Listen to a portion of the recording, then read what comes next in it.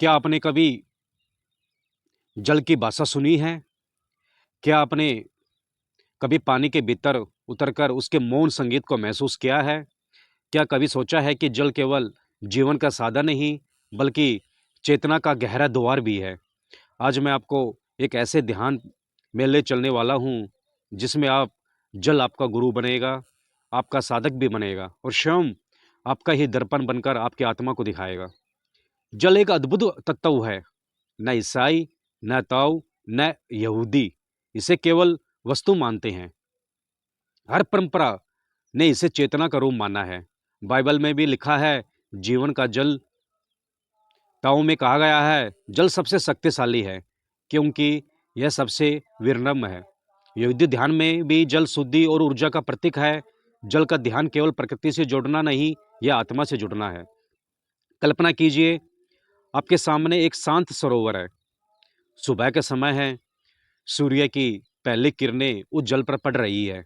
जल हल्का सा कांप रहा है। उसकी हर लहर आपके भीतर के हलचल को शांत करने का संदेश दे रही है।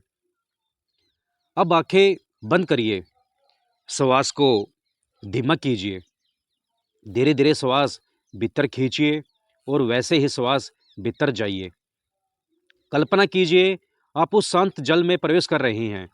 वह जल सिर्फ बाहर नहीं, वह भीतर भी है। हमारा शरीर भी तो 70% जल है।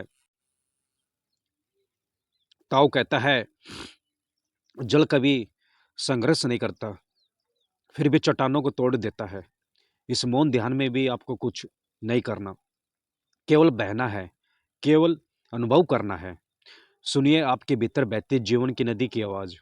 जब आप श्वास ले रहे हैं, भीतर भी एक नदी बह रही है। वह नदियाँ आपको शांति दे रही है, वह नदियाँ आपको मुक्त कर रही है। अब अपने हृदय में एक कल्पना कीजिए, आपके हृदय में एक स्वच्छ नीला सरोवर है। उस सरोवर का जल इतना शांत है कि उसकी सतह पर आपकी आत्मा का प्रतिबिंब झलक रहा है। उस प्रतिबिंब को देखिए, वह आप ही है, लेकिन बिना व्याकुलता के, बिना भ्रम के, शुद्ध, निर्मल। ईसाई ध्यान में जल को पवित्रता का प्रतीक कहा गया है। बपतिस्मा भी जल से ही होता है। जैसे जल आत्मा को धो देता है, वैसे ही यह ध्यान आपकी थकान, आपकी चिंता, आपके भय को भी धो देगा।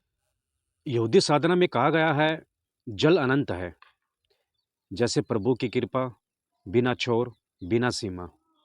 आप भीतर जाकर देखिए, आपकी सांसों की लय जल की लहरों जैसी है, उड़ती है, गिरती है और फिर से उड़ती है। यह अनंत चक्कर है। आपको कहीं पहुंचना नहीं है, आपको केवल इस चक्कर का साक्षी बनना है।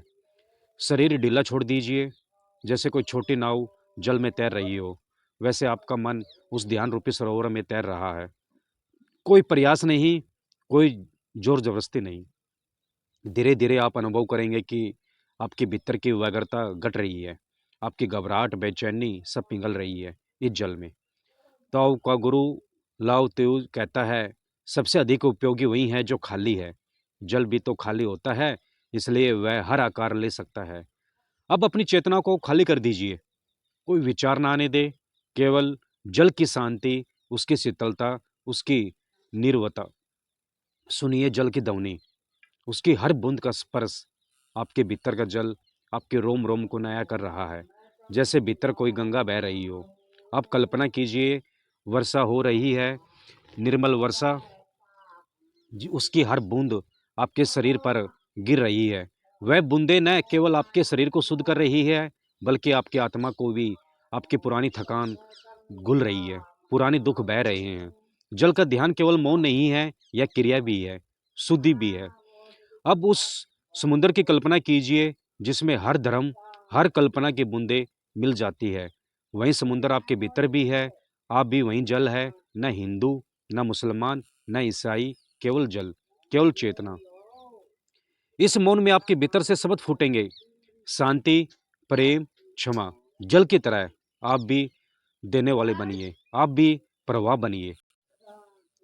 कुछ देर अब इसी ध्यान में बैठे रहिए।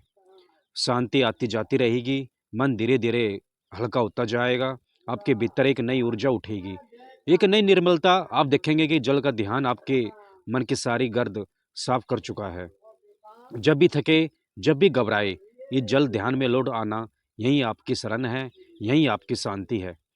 अब धीरे-धीरे आँखें खोलिए, इस शांति को अपने साथ लीजिए। अपने जीवन का हर पल इस जल की तरलता, इस सहजता, इस निर्मलता को उतरने दीजिए। ध्यान समाप्त हुआ, लेकिन जल का ध्यान कभी समाप्त नहीं होता।